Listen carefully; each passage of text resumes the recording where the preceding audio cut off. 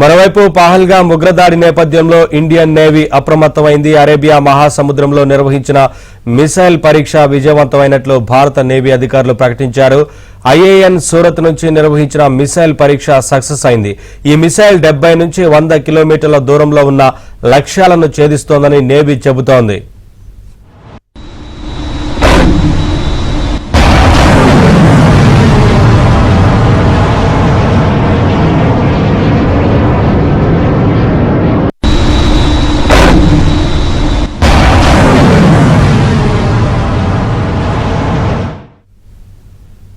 ఇదిలా ఉంటే ఉగ్రవాదంపై ప్రధాని మోదీ వ్యాఖ్యానించిన నేపథ్యంలో పాకిస్తాన్ అప్రమత్తమైంది. పాకిస్తాన్ కు చెందిన నేషనల్ సెక్యూరిటీ కమిటీ అత్యవసరంగా సమావేశం నిర్వహించింది. భారత్ తీసుకునే చర్యలపై పాకిస్తాన్ ఎన్ఎస్సీ దృష్టి సారించినట్లు సమాచారం. అప్డేట్స్ మా ఢిల్లీ బ్యూరో చీఫ్ కృష్ణ అని తెలుసుకుందాం.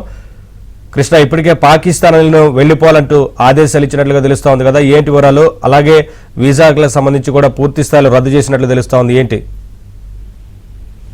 నవీన్, పహల్గాం ఉగ్రదాడి తర్వాత భారత్ పాకిస్తాన్ సంబంధాల్లో తీవ్ర ఉద్రిక్తతలు నెలకొన్నాయి. ఈ దాడిలో 26 మంది ప్రాణాలు కోల్పోయిన తర్వాత ఇప్పుడు భారత్ ప్రభుత్వం పాకిస్తాన్ పైన కఠిన ఆంక్షలు విధించింది. 1960 నాటి సింధు జలాల ఒప్పందాన్ని తాత్కాలికంగా నిలిపివేసింది. అదేవిధంగా అటారీ దగ్గర ఉన్నటువంటి ఇంటిగ్రేటెడ్ చెక్ పోస్ట్ కూడా మూసేసింది. సార్క్ వీసా మినహాయింపు పథకాన్ని కూడా రద్దు చేసింది.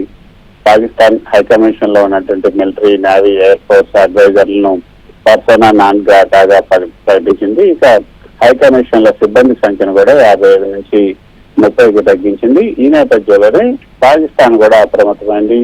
పాకిస్తాన్ నేషనల్ సెక్యూరిటీ కమిటీ కరాచీలో సమావేశమై దేశీయంగా అక్కడ ఉన్నటువంటి స్థానికంగా అంతర్గత భద్రత, అంతర్జాతీయ భద్రతా పరిస్థితుల మీద సమీక్ష నిర్వహించింది.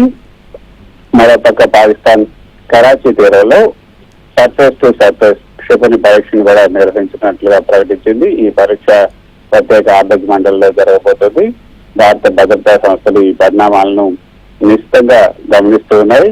మరోపక్క భారత నేవీ అరేబియా మహాసముద్రంలో ఐఎన్ఎస్ సూరత్ నుంచి మిసైల్ పరీక్షను విజయవంతంగా నిర్వహించింది. ఈ చర్య దేశ భద్రత పైన నేవీ అప్రమత్తతను సూచిస్తుందనే చెప్పొచ్చు.